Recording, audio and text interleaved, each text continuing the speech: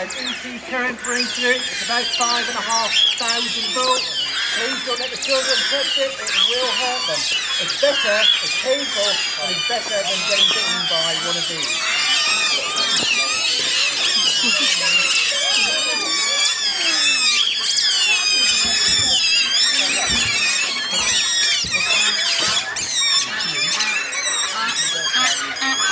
You don't touch this wire, okay? In here, there are 7 Asian short-clawed otters, so the same species as the one before. This is the boss. She's called Tilly, and she's nearly 9 years old.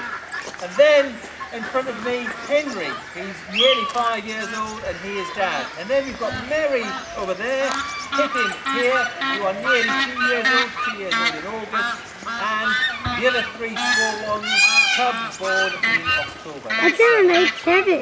These short-clawed otters are very sociable animals. 12 or more in a group in the wild is not unusual. At the heart of the group, Mum and Dad, the dominant pair and the only pair that will breed.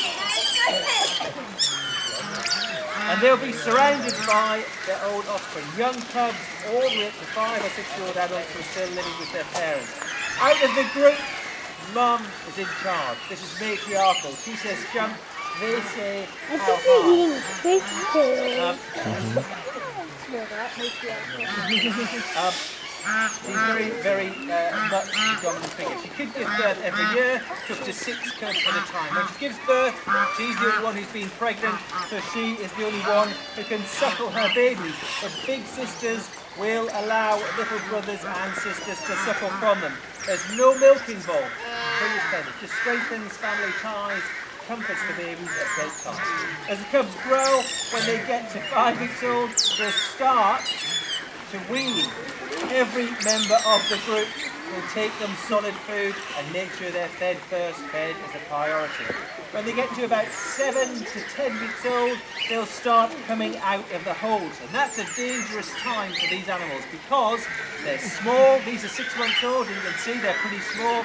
They're small and they're not good swimmers. So A, they could be preyed on by larger predators, and B, they could drown. So they will be escorted by an adult, or probably 2 adults, for the first year of their life to make sure that they don't get themselves into any trouble. When these go around their territory, they do so as a romp looking for food. It's a large group. They stick together because they can take on much bigger prey as a group than they can individually, and they're safely in numbers. Their eyesight is excellent. It's as good as yours. They can recognise their mum on the high street at the same distance that you would recognise your mum on the high street. Their long distance and close vision is very good. But they've got a disadvantage. Not now, really.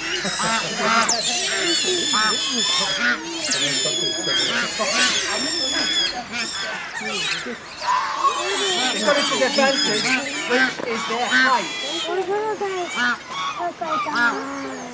Lumps and bumps in the ground get in their way, but they can't just rely on their eyesight to keep together. So they use their voices. These animals have got very individual voices. It's easy to tell them apart. This is Mary.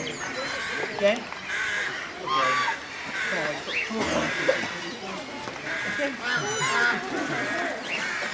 And this is Pip. This is Pip. Pip's rubbish. Try Pip. Don't give me the silent treatment. Good boy. Listen, they're both quite high pitched. You might or might not hear it here. This is Henry. This is Dad. Again. Good boy.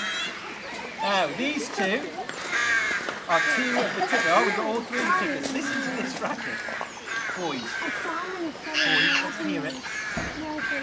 Come on, we know your babies. This is a girl on the end, by the way. Look how much taller she is. Good girl. And you 2 boys. Good boy. It's there. Come on, there. And last, and quietest of all, this is Mum. Okay? Why is she so quiet? Because she doesn't have to make a loud noise for them to do anything. They're listening for her cues. She doesn't start shouting, and she might at some point, if she gets upset with them, they're all alleged. They're really about what she is doing. It's like being at school. The first day you're at school, you didn't know any of those people's, those children's voices when you entered the classroom. By the end of the first week, you didn't need to see their faces to know who was talking. The same principle applies here. In the wild, these animals aren't doing very well. Habitat loss, hunting, predation by people and other animals, driving their numbers ever downwards. Here, they live for about 12 to 14 years. In the wild, probably about 7. Very sociable, very good at looking after each other, being fed on cod fillet today, to the cod father and the racy place the fish pickups in town. But they'll eat pretty much anything. They catch quite a lot of food. There are no trees in this pen because they're excellent climbers. They'll climb a tree fairly easily, particularly Tilly at the end. They climb a tree, they wait in the lower branches for something to come underneath there, a duck, something like that, a squirrel, will drop down onto it, catch it, the rest of the family go out. It'll take these animals 10 minutes to dispose of a mallard duck. They only lose big feathers and feet. Everything else will go. Next. Thank you.